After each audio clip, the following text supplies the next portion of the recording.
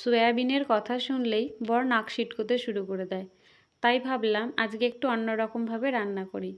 তো এখানে আমি প্রথমে নিয়ে নিলাম পেঁয়াজের কলি, ধনেপাতা, পালং শাক আর কাঁচা লঙ্কা। এগুলোকে আমি 2 মিনিটের জন্য ফুটিয়ে নিলাম। তারপরে আমি একটি বাটিতে বরফ জল, ঠান্ডা জলের মধ্যে এটাকে চুবিয়ে রেখে দিলাম কিছুক্ষণের জন্য। তারপরে আমি গরম জলে সয়াবিনটাকেও ভিজিয়ে নিলাম।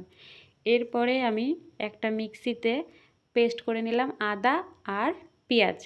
এই মিশ্রণটিকে আলাদা করে রেখে দিলাম। তারপরে যেই সবজিটা আমি আগে থেকে সিদ্ধ করে রেখেছিলাম সেটারও পেস্ট তৈরি করে নিলাম। এবার দেখো ভিজানো সয়াবিনগুলোকে আমি আস্তে করে জল ঝরিয়ে নিয়ে হাত দিয়ে চিপে চিপে এর মধ্যে দিয়ে দিলাম নুন, হলুদ গুঁড়ো আর পরিমাণ মতো বেসন। আপনারা চাইলে পরিমাণটা কম বেশি করে নেবেন।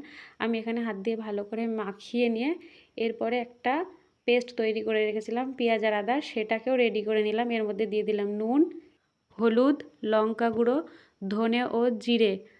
এইবার পেস্টটাকে রেখে দিয়ে আমি ছ্যাঁকা তেলে ভাজতে হতো, যেহেতু আমাদের বাড়ি তেল সবাই কম খায় তাই আমি অল্প তেলেই সয়াবিনটাকে ভালো করে ভেজে নিলাম। তারপরে কড়াইতে আবারও তেল দিয়ে সামান্য জিরে আর শুকনো লঙ্কা ফোড়ন দেওয়ার পরে আমি পেঁয়াজের পেস্ট দিয়ে ভালো করে ভেজে নিয়ে তারপরে সবজির পেস্ট দিয়ে তারপরে সয়াবিন দিয়ে ভালো করে নাড়াচাড়া করে নিয়ে চিনি, স্বাদ মতো ঘি, গরম মশলা দিয়ে পরিবেশন করুন। গরম ভাতে, রুটি, পরোটা সব কিছুতেই দারুণ লাগবে।